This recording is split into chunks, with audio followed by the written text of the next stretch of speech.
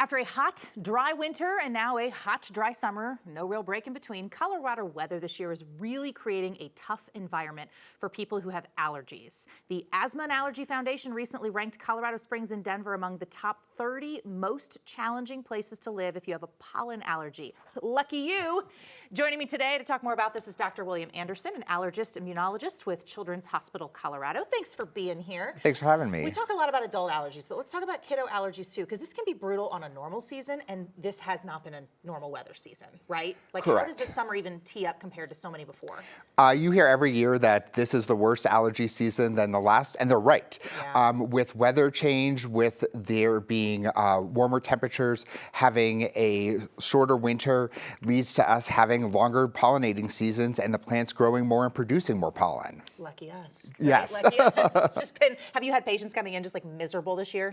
Oh, of course. I know, again, adult patients, it's been a tough. Yeah, of course. Kids come in with stuffy nose, runny nose, itchy eyes, watery eyes, hives, rashes. It definitely impacts their ability to do the day-to-day things they want to do this summer. You're kind of talking about some of the things you see presented when people come to see you. What are the formal symptoms to look for, pollen specifically? Because I know, food allergies is a whole other category here, but Yes. for environmental pollen type allergies. Yeah, typically you're going to have primarily nose and eye symptoms, so nasal congestion, trouble breathing through your nose, runny nose, post-nasal drip, and itchy, watery red eyes. Can I tell you, as the parent of a toddler, this is like every other day for us Yes, anyway. yes, So I'm yes. sure you have some parents who are like, Yes. "Wait, what is this actually going on? Is it the daycare flu? Is it the whatever?" It's truly an allergy. It is. Taking those apart could be tricky. It can be very tricky to distinguish this from a viral illness.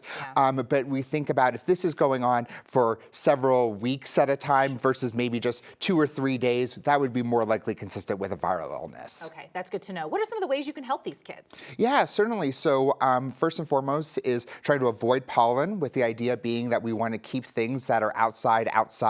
So making sure to change after we come in from playing, take a shower, keep our windows closed so the pollen doesn't fly into our bedrooms and houses.